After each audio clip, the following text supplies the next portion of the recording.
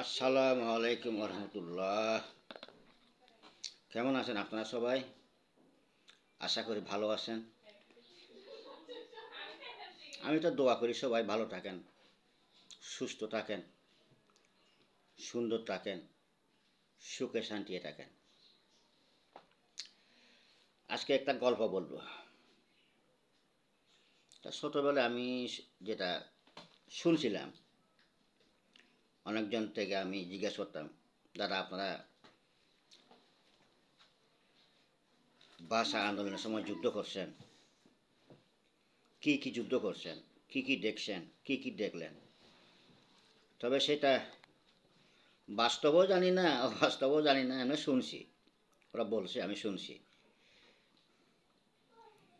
তখন 1971 সাল,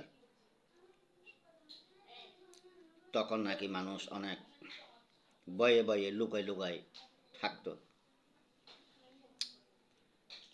একদিন নাকি 12 জন লোক খন্ন চট্টগ্রাম কর্ণফুলীর ওখানে এক জুবড়িতে লুকাই ছিল। তখন তার কিছু খাওয়া দাওয়া কাজ ছিল। হঠাৎ করে দেখে যে পাকিস্তানের লোকেরা আসে, ওরা ঘিরে ফেলছে, কিছু দালাল চক্ররা আসে। তখন সবাই 12 জনকে ধরে ফেললো। ধরে ফেলার পরে তখন ওরা সবাই ওদেরকে বলতেছে, আমাদেরকে জীবন দান দেন, আমাদের জীবনটা রক্ষা করেন, আমরা এরকম অন্যায় করব না। তখন দালাল চক্করে, পাকিস্তানের দালাল চক্করে যারা আছে, ওরা বলতেছে ঠিক আছে, তোমাদের জীবন বাঁচবে এক সপ্তাহ, যদি আমাদের লোক 12 জন, তোমাদের লোক 12 জন, কর্ণফুলী এই পার থেকে ওই পারে যে আগে যাইতে পারবে এবং ওখান থেকে যে আগে আসতে পারবে, তোমরা আসতে পারলে তোমরা বাঁচবা, আর আমাদের লোক যদি আগে আসতে পারে তোমরা মরবা। তখন দাঁড়াইলো 2 লাইন করে, তখন 1 2 3 করে কর্ণফুলী নদীতে দিল ঝাঁপ। তখন যান বাসন ফরস, ওরা তখন কর্ণফুলী নদীতে সাঁতার কাটতেছে। সাঁতার কাটতে কাটতে কাটতে কাটতে পানিতে এমন ঘামতেছে ওরা, নাকি তখন ঘামে সব ভিজে গেছে। তবুও কিন্তু ওরা জিততে চায়, জানটা তাকে বাঁচাইতে চায়, কারণ মানুষের সব চাইতে প্রিয় জিনিস হয়েছে নিজের জীবন। গেছে ওই পারে, আবার ওই পার থেকে এগেন এই পারে, আবার এখানে সাঁতার কাটতে কাটতে কাটতে আরে ঘাম বলে ঘামতেছে পানির মধ্যে, প্রচুর ঘাম, ঘামে সব ভিজে গেছে। তো এটা কি আসলে কি সত্য কর্তুক মিথ্যা কর্তুক বলছে শুনছি, সেটা সেটা বাকিটা বাকিটা আল্লাহ রাব্বুল আলামিন জানে কি এটা সত্য নাকি মিথ্যা।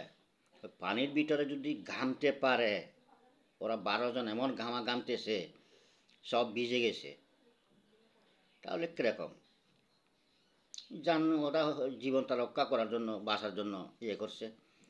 আসার পরে তখন পাকিস্তানের দালালের এরা বলতেছে ঠিক আছে, তোমরা এখন জিতে গেছো, জয় হয়ে গেছো,